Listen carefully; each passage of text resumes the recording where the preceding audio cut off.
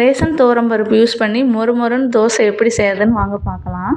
இதுக்கு நான் 1 டம்ளர் அளவு ரேஷன் துவரம்பருப்பு எடுத்திருக்கேன்.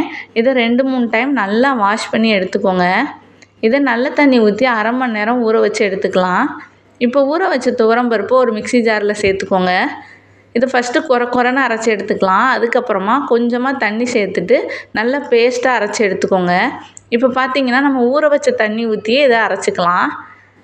இப்போ இதை அரைச்சி எடுத்துகிட்டு வந்துட்டேன். இன்றைக்கி இந்த தோசை நான் புளிச்ச மாவில் செய்கிறேன். நீங்கள் சாதாரணமாக இட்லி மாவு அல்லது தோசை மாவு இருந்தாலும் செஞ்சு பார்க்கலாம். இந்த மாவு பார்த்திங்கன்னா இப்போ லைட்டாக புளிச்சிருச்சு. அதில் நான் ரெடி பண்ணி வச்சுருக்க துவரம்பருப்பு பேஸ்ட்டையும் ஊற்றி நல்லா மிக்ஸ் பண்ணிக்கலாம். மிக்ஸ் பண்ணிவிட்டு ஒரு தோசைக்கல் வச்சுக்கோங்க. அதை நல்லா ஹீட் பண்ணிவிட்டு கொஞ்சமாக ஆயில் அப்ளை பண்ணிக்கோங்க. ஆயில் அப்ளை பண்ணிட்டு நம்ம ரெடி பண்ணி வச்சுருக்க மாவை 2 கரண்டி மாவு அதில் சேர்த்துக்கிறேன். உங்களுக்கு எவ்வளோ கிறிஸ்பியாக வேணுமோ அந்தளவு மொறுமொறுன்னு ஊற்றிக்கலாம். இப்போ கொஞ்சமாக அது மேலேயே ஆயில் போட்டுட்டு ஒரு மூடி போட்டு ஒரு 3 மினிட்ஸ் குக் பண்ணிக்கலாம். இப்போ பார்த்தீங்கன்னா அதுவே நல்லா அழகாக எடுத்து வரும். இப்போ இது ஒரு சைடு நல்லா வெந்துருச்சு. இன்னொரு சைடு திருப்பி போட்டுக்கலாம். இப்போ 2 பக்கமுமே நல்லா குக்காகி வந்துருச்சு. இப்போ இந்த தோசையை நான் எடுத்துகிட்டு ஒரு பிளேட்டுக்கு மாற்றிடுறேன். இதுக்கு தேங்காய் சட்னி, தக்காளி சட்னி, சாம்பார் எல்லாத்துக்குமே ரொம்ப சூப்பராக இருக்கும்.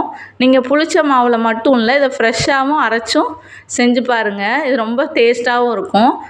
தேங்க்யூ ஃபார் வாட்சிங்.